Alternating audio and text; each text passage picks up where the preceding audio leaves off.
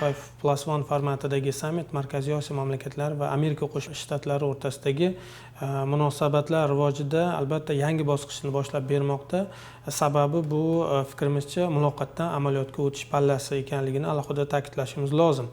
Va bu uchrashuvni aynan o'sha jahonda geosiyosiy raqobat kuchayib, transport kommunikatsiya yo'nalishlari va energiya ta'minoti zanjirlari ayniqsa ahamiyat berish kerakki, o'zgarayotgan bir paytda o'tkazilayotgani uning ahamiyatini yanada oshiryapti. Va bunday sharoitda Markaziy Osiyo davlatlari tashqi siyosatda albatta shu muvozanatni saqlash va xalqaro hamkorlik geografiyasini diversifikatsiya qilishga alohida e'tibor qaratayotganligiga ham biz alohida e'tibor berishimiz lozim.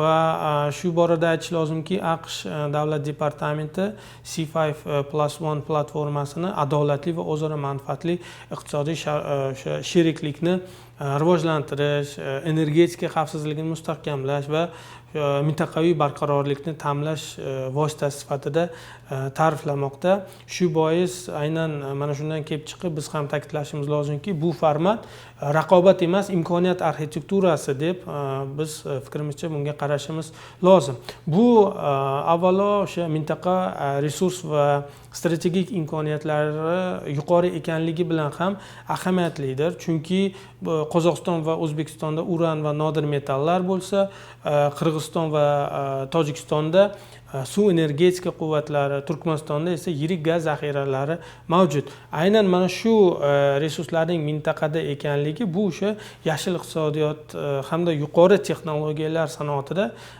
alohida va dolzarb ahamiyat kasb etishi bilan o'rinlidir. O'zbekiston nuqtai nazaridan qaraganda esa albatta C5+1 formati tashqi siyosatda konstruktiv, pragmatik va o'zaro manfaatli sheriklikni rivojlantirishga xizmat qilayotganligini ham alohida ta'kidlashimiz lozim. Va mamlakatimiz bugun tashqi iqtisodiy aloqalarni kengaytirish, global ta'minot va logistika zanjirlariga integratsiyalash, investitsiya muhitini yaxshilash va davlat boshqaruvini modernizatsiya qilish bo'yicha albatta izchil islohotlarni amalga oshirmoqda. Va shu borada aytish lozimki, biz aynan sharoitga moslashmayapmiz, biz aynan mana shu sharoitni birgalikda yaratyapmiz. Shu bois bu borada quyidagi yo'nalishlarni alohida ahamiyat kasb etuvchi yo'nalishlar deb fikr yuritishimiz mumkin. Birinchidan, infratuzilma va tranzit salohiyati. Bu aynan shu O'zbekiston dengizga chiqish imkoniyatiga ega bo'lmasa-da, mintaqadagi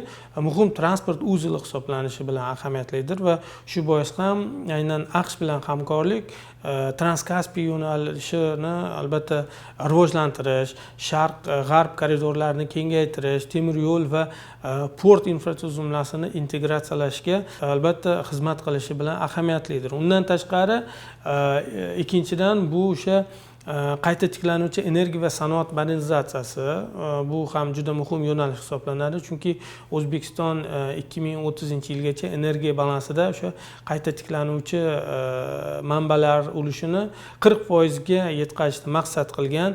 Shu bois ham aynan o'sha shamol va quyosh energetikasi, energiya saqlash texnologiyalari va vodorod yechimlari borasida AQSh bilan hamkorlik bu aynan mana shu borada belgilab olgan maqsadlarimizni va umuman olganda sanoatni yangi bosqichga olib chiqishi mumkin ekanligi bilan ham ahamiyatlidir. Uchinchidan, mineral resurslarni aynan chuqur qayta ishlash bu ham muhim yo'nalish hisoblanadi. Bu nafaqat xomashyo eksportidan voz kechish, balki o'sha mamlakat ichida qo'shilgan qiymat zanjirini yaratish, yangi ish o'rinlarini tashkil etish va texnologik mustaqillikni ta'minlashga xizmat qiladi. Ya'ni o'sha qiymat mamlakatda qolishi kerak tamoyil degan tamoyil ta'minlanadi. To'rtinchidan, inson kapitali bu eng katta sarmoya. Yangi O'zbekistonda shuning uchun ham AQSh universitetlari, ilmiy tadqiqot markazlari va o'sha akademiyalar bilan hamkorlik yangi O'zbekiston uchun zamonaviy bilim va kompetensiyalar bazasini yaratadi deb ishonamiz. Undan tashqari o'sha xavfsizlik masalasi ham albatta bu borada juda katta va dolzarb ahamiyatga ega ekanligini saqlab qolmoqda. Afg'onistondagi vaziyat mintaqaviy barqarorlikka ta'sir etayotganligini biz juda yaxshi bilamiz. Shuning uchun ham aynan C5+1 formati bu o'sha xavfsizlik bo'yicha tizimli muloqotni yo'lga qo'yish va uni albatta mustahkamlash imkoniyatini beradi deb ishonamiz. Aynan bu borada AQSh tajribasi, AQSh texnologiyalaridan foydalanish mintaqadagi xavfsizlikni ta'minlashga o'ylaymizki ijobiy ta'sir ko'rsatadi. Ayni paytda O'zbekiston mazkur hamkorlikda suverenitet va teng huquqlilik tamoyillariga sodiq va bu borada albatta O'zbekiston o'zaro manfaatli va muvozanatli hamkorlikni qo'llab-quvvatlanayotganligini biz alohida ta'kidlashimiz lozim. Undan tashqari albatta O'zbekiston prezidentining AQShga tashrifi doirasida Kongressning nufuzli vakillari bilan uchrashuvi o'ta muhim ahamiyat kasb etadi. Chunki AQSh parlamenti mamlakatning ham ichki ham tashqi siyosatini shakllantirishda asosiy rol o'ynashini biz juda yaxshi bilamiz va shu bois ham parlament a'zolari bilan muntazam mana shunaqangi siyosiy muloqot va ishonchli hamkorlik ikki davlat o'rtasidagi sheriklikni yanada mustahkamlashiga albatta ishonamiz va bu borada ta'kidlash lozimki, albatta shu siyosiy ishonch har qanday hamkorlikning poydevoridir. Xulosa qilib aytganda C5+1 sammiti Markaziy Osiyo va O'zbekiston uchun birinchidan o'sha yangi iqtisodiy va investitsion imkoniyatlar demakdir. Ikkinchidan logistika va energetika xavfsizligini ta'minlash demakdir.